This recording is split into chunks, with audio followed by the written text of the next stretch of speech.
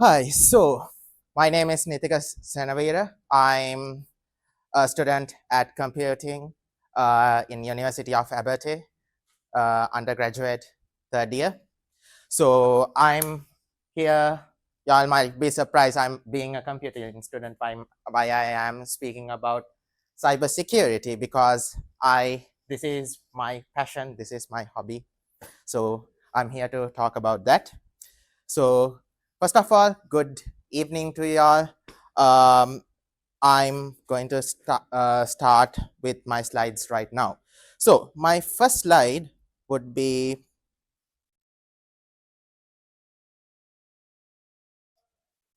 about industrial revolution. Why industrial revolution? This is a thing that began on the 18th century in Britain. And what happened was they started to create big factories, they started to create trains, started to create trams, as you can see in the image. So this led to the purpose of operational technology. So next slide is going to be about what is operational technology. So operational technology. Yes. So operational technology it's everywhere. Why? I'm saying this because if you go to, let's say, a country, let's say, your daily routine, if you go to have a bath, or if you go to the tap to drink some water, what happens is the system behind it is always water pumps. Then when it comes to traffic light systems, then from there to nuclear plants, to what else? Even in health sector, you can see there are different kinds of innovations coming up right now. If you go to a big factory, that's operational technology in how they produce different kind of products. That's operational technology. What is the difference between IT and OT? Because now when it comes to operational technology, people think it comes under IT for some reason, but it doesn't. The reason is operational technology is always about safety, physical safety. We are dealing with in operational technology, we are only dealing with people who are who can be responsible because it's critical national infrastructure. You have to deal with it. So when it comes to IT, OT, always confidentiality is low priority because it's not because physical safety is number one. And the thing is, it can cost human lives. A human life, money can be recovered, but human life cannot be recovered. So, um, so when it comes to physical safety, it's highly prioritized, as I told you. Um, Integrity and availability is also highly prioritized in this uh, in operational technology. The reason is it's always if guess what happens if the electricity, if we had a blackout in our city for like 2 or 3 days, so always availability is a prioritization when it comes to operational technology. So moving on to my third slide, then what is IoT? Now most of the people when think OT and IoT are the same. OT stands for operational technology. IoT stands for Internet of Things. Internet of Things is pretty much devices that can connect into internet, and operational technology is something different. And in fact, it has there's a thing called industrial IoT that comes under OT, but it doesn't belong to IoT. IoT is more like consumer based products like Alexa, uh, let's say Google, another speaker, a Bluetooth speaker, then your phones. Those are also IoT devices because they can access internet directly. So moving on to my fifth slide, why should we care? Now, this is where I want to mention. I would take this opportunity to um, be thankful to OT professionals because today, if I'm safe, if y'all are safe, that's because of these OT professionals. Day by day, they are most of the groups they target, attack, they try to attack different ways into these systems. I will go through in a moment, but I want to um, oh, in fact, I want to show you why it matters. So the first thing is when the critical national infrastructure goes down, there will be a high economic impact, and as well as you can see, physical risks. So it could be even power grid. What happens if water is contaminated and you drink it and you get into diseases and people die? That's a huge issue. So moving on to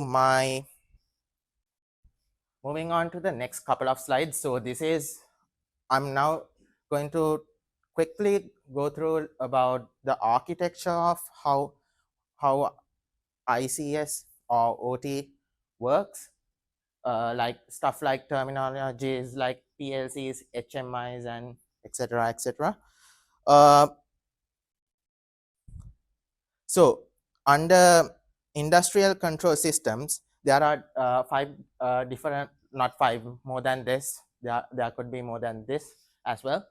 So I have mainly I want to highlight supervisory control and data acquisition systems, which is most of the time popular. I hope y'all have heard about it. Anyone heard about SCADA? Yeah, so SCADA is something that is that is about that is really popular these days.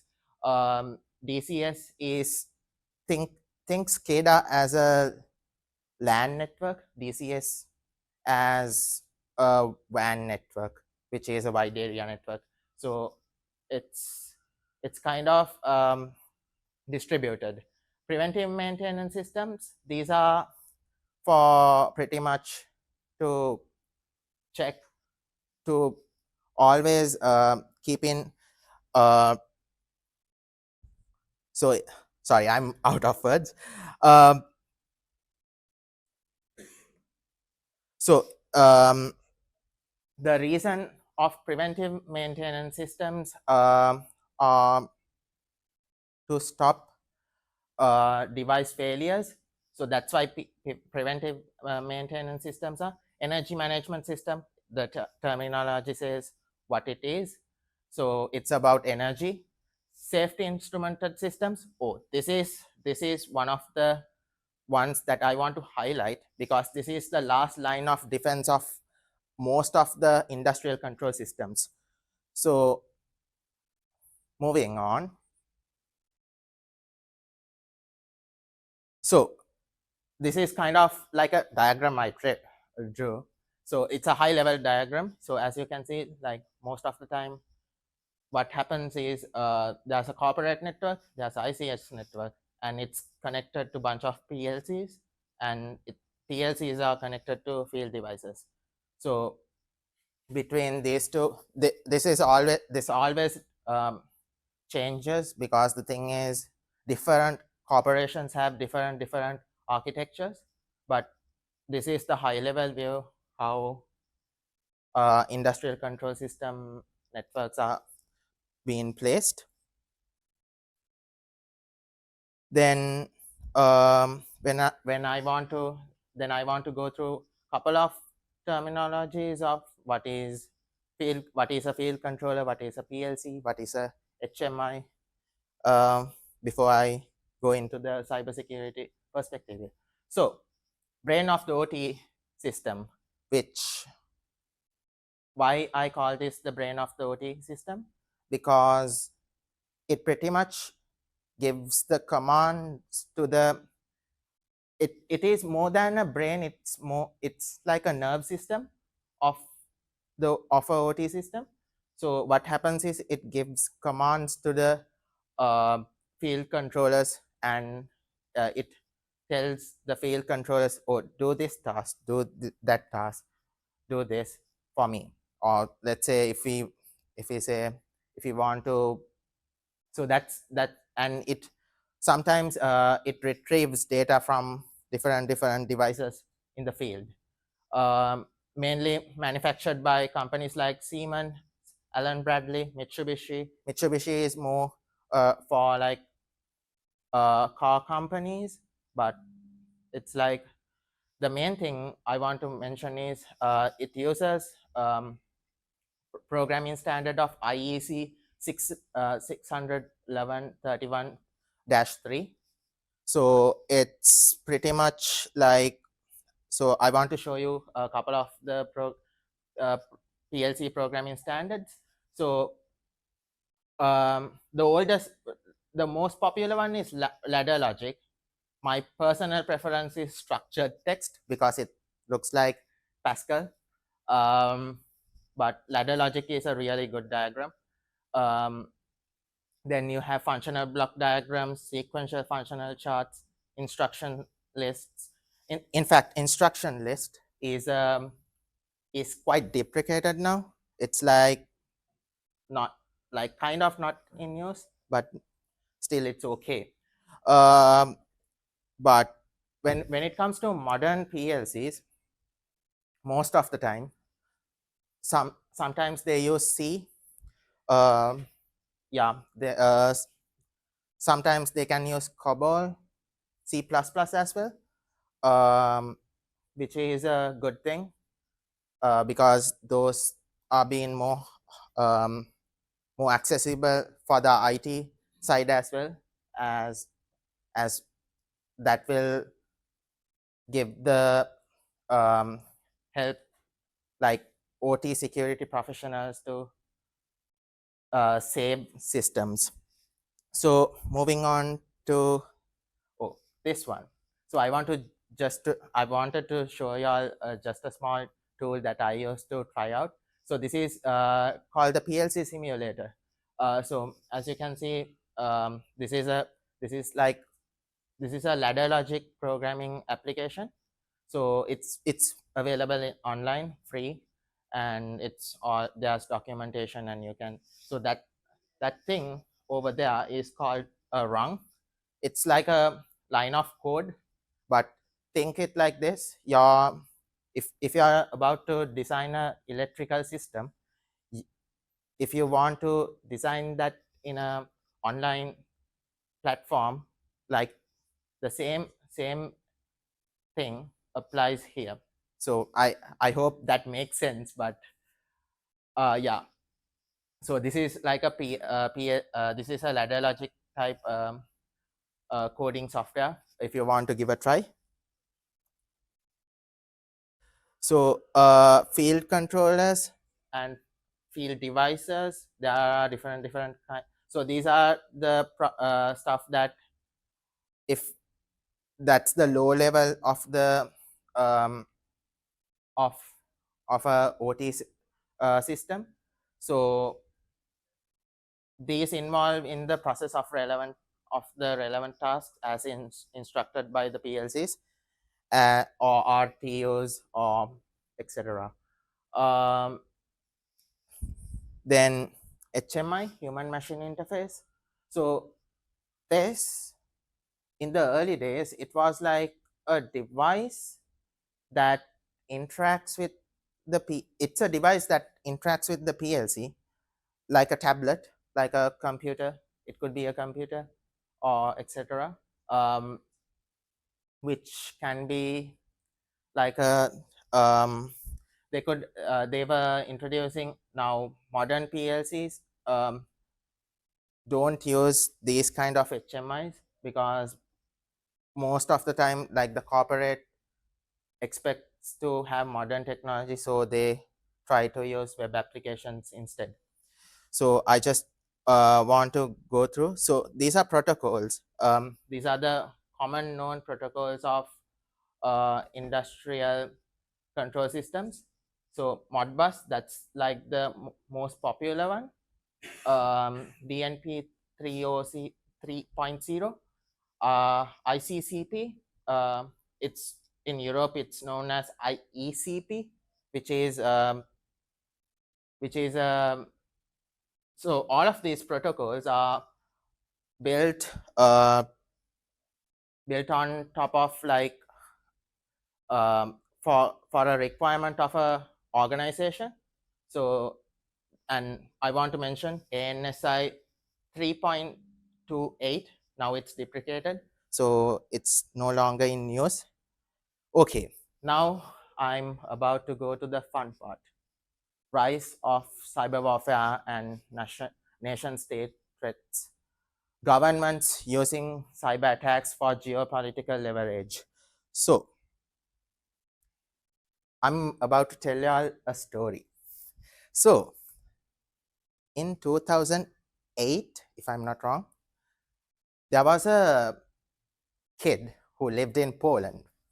He was in a tram system, like he was in the tram.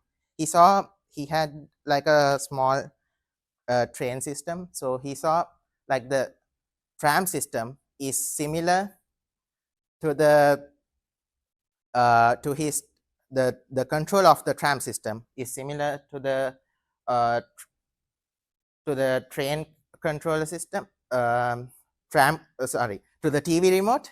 And what he did was, okay, he got a TV remote, he changed the TV remote, and he managed to control the whole tram system. What happened was 4 trams were derailed, 12 people were injured. And do you know what this kid, when authorities obviously caught him, and what did this kid told the authorities? I did a prank. So it's one of the level that how ICS was in danger. So I want to show demonstrate how do hackers approach OT and ICS networks. So the first place in first place 5 minutes left. 5 minutes, yeah, perfect. So so this is they approach to IT networks, physically accessing the ICS net environments and remote access maintenance systems and cyber assets, pen drives, expose OT in the internet. I will go through fast now. So these are the common known malwares at the moment in the industry. Stuxnet. This is, I hope most of y'all have heard about this. Stuxnet is one of the first known digital, physically insecure digital weapons. So it was discovered in Kaspersky Labs. Just they used a USB stick to enter the system, and they nearly destroyed the Iranian uranium facility. So Black Energy, this is like a DDoS boot. They had 3 versions. The first version pretty much went through it was for financial fraud. Second version was for financial fraud. It's a lightweight Trojan as well. But what happened in the second version was it had the ability to like connect with different plugins. So with that ability, what happened? What happened was there was a plugin called kill disk plugin. So that pretty much wiped the backups of the recovery systems in the industrial control system, and it uses DDoS. Um, Triton traces. This is a very dangerous malware. The reason is safety instrumented systems, because as I told you, that's the last line defense. So it was targeted, and they pretty much had a issue in crash override. This is one of the major reasons before invading Ukraine. In crash override caused a blackout in Ukraine. In that, however, the version 2 was a failure because of a small mistake of the target groups. Frosty group. This is like a this is I want to mention this is one of the first OT focused malwares that used Modbus TCP. As I showed y'all in the previous slide, Modbus TCP Modbus is a protocol, and yes. So protecting OT and ICS, always what we should care about is the architecture. No matter what, always go through the OSI layers. It matters always. Then always increase the gap between IT and OT. We shouldn't be connecting legacy systems into IT systems. Always, if you are if you want to integrate IT systems into OT systems, always update legacy systems. Don't go without updating legacy systems. Further reading, these are the best resources I would recommend. There are some people to follow as well. So Dragos, one of the major companies who focus on OT focus security, CISA, VLP. So it's the Department of Cybersecurity and Infrastructure in United States. Nozomi Networks, that's kind of similar to Dragos, but in Asia. Then National Cybersecurity Center in UK. They have some good articles about the attacks that happened.